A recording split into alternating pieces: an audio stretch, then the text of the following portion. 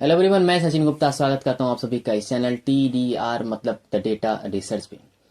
आशा करते हैं आप लोग बिल्कुल मस्त होंगे। पिछले कुछ दिनों से मार्केट में डाउनफॉल होने की वजह से मोस्टली इन्वेस्टर्स के पोर्टफोलियो जो हैं वो रेड होंगे, मुझे ऐसा लगता है। तो भाई, अगर आपके पास पैसे हैं तो पेशेंस के साथ मार्केट को वॉच करिए, क्योंकि स्टॉक मार्केट में पेशेंस बहुत ही इंपॉर्टेंट रोल प्ले करता है, नो डाउट।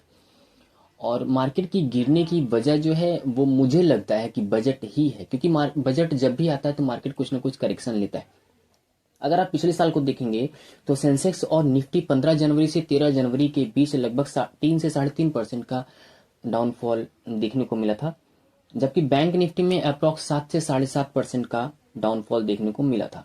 तो हमें लगता है कि मार्केट जो है बजट के बाद बाउंस बैक लेगा। तो पैसे जिसके पास हैं वो पैसेंस के साथ पैसे अपने पास रखे रहो, और जिसने पैसे लगा दिए हैं मुझे ऐसा लगता है कि उन्हें पेशेंस के साथ भी उनको भी पेशेंस के साथ मार्केट को वॉच करना चाहिए।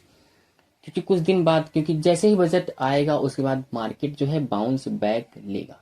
लेकिन मैं ये भी कह रहा हूँ कि मैं किसी भी तरह का बाई या सेल करने का रिकमेंड नहीं कर रहा हूँ।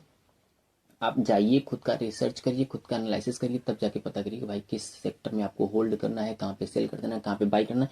वो आप पे डिपेंड करता है, क्योंकि मेरे डिसीजन जो है कल को 100% गलत भी हो सकते हैं। इस वजह से जब भी स्टॉक मार्केट में आप पैसे लगाइए तो खुद का रिसर्च, खुद का एनालिसिस करने के बाद ही लगाइए।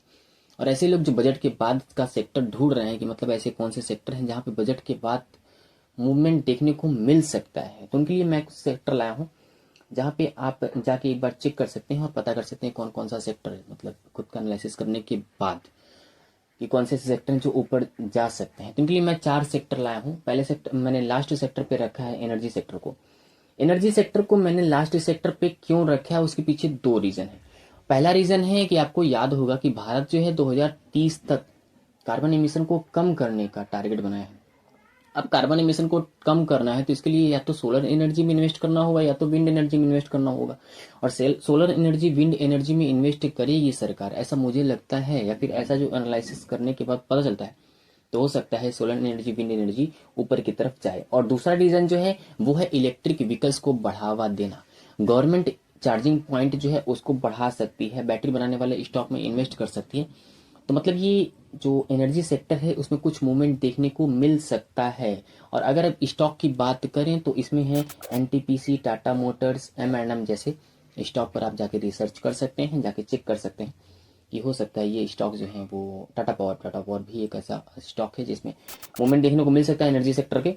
और थर्ड नंबर पर मैंने रखा है एग्रीकल्चर सेक्टर को। एग्रीकल्चर सेक्टर में भी फर्टिलाइजर जो बनाते हैं उस स्टॉक्स पर थोड़ा ध्यान रखिए, क्योंकि आज के समय में कम जगह पर ज़्यादा से ज़्यादा क्रॉप प्रोडक्शन करना चाहता है फार्मर। तो गवर्नमेंट भी हो सकता है फर्टिलाइजर बनाने वाले कंपनी में इन्वेस्ट करे, क्योंकि सब्सिडी प्रोवाइड करना होगा तो इट में पॉसिबल कि ऐसे सेक्टर्स में गवर्नमेंट इन्वेस्ट कर सकता है।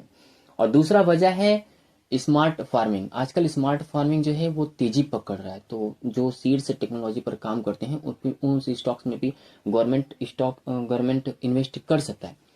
तो अगर सेक्टर की बात करें तो ऐसे UPL, Coromandel international, Kaveri seeds और स्कॉट जैसे स्टॉक्स पर आप रिसर्च कर देते हैं। मैं फिर से बता दे रहा हूँ कि मैं किसी भी तरह का बाई या सेल होल्ड करने का रिकमेंड नहीं कर रहा हूँ। आप खुद का एनालिसिस करिए, खुद का रिसर्च करिए, उसके बाद पता करिए कि कौन से स्टॉक्स आपके लिए बेहतर हैं, कौन से स्टॉक्स में आप इन्वेस्ट कर सकते हैं। तो चलिए अगले सेक्टर की तरफ बढ़ते हैं, और अगला सेक्टर है फार्मा सेक्टर। ये सेक्टर मेरी नज़र में एक ऐसा सेक्टर जो लॉन्ग टर्म में बहुत ही बेहतरीन परफॉर्मेंस दे सकता है। अगर आपको लगता है तो आप भी इस पर रिसर्च करिए। 3 पॉइंट पर हमें ध्यान देना चाहिए। पहला ये है कि आज भी रूरल एरियाज में, आज की मॉडर्न एज में भी रूरल एरियाज में PSCs जो हैं बहुत कम है। तो हो सकता है गवर्नमेंट उसमें इन्वेस्ट करे PSCs बनाने के लिए। और दूसरी वजह है भारत में जो दवाएं बनती हैं उसमें कच्चा माल यानी API, जिसे एक्टिव फार्मास्यूटिकल इंग्रेडिएंट कहा जाता है, वो चाइना जैसे देश से जाता है। तो मेक इन इंडिया और आत्मनिर्भर भारत के अंतर्गत हो सकता है सरकार इसमें इन्वेस्ट करे, क्योंकि सरकार चाहेगी कि ये दवाएं जो है, दवाओं में कच्चा माल जो इस्तेमाल होता है वो भारत में ही बने। तो इसके लिए सरकार इसमें इन्वेस्ट कर सकता है। और तीसरा पॉइंट है जेनरिक दवाएं। भारत देश जेनरिक दवाओं का 20% हिस्सा विदेशों में भेजता है, और फिर भी इसकी मांग जो है वो कम नहीं हो रही। तो हो सकता है सरकार इसमें इन्वेस्ट करना चाहेगी। अगर आप सेक्टर की बात कर लें तो फार्मा सेक्टर में सन फार्मा, मैनकाइंड्स, बायोकॉन जैसे स्टॉक्स हैं, आप इसमें जाके खुद का रिसर्च कर सकते हैं।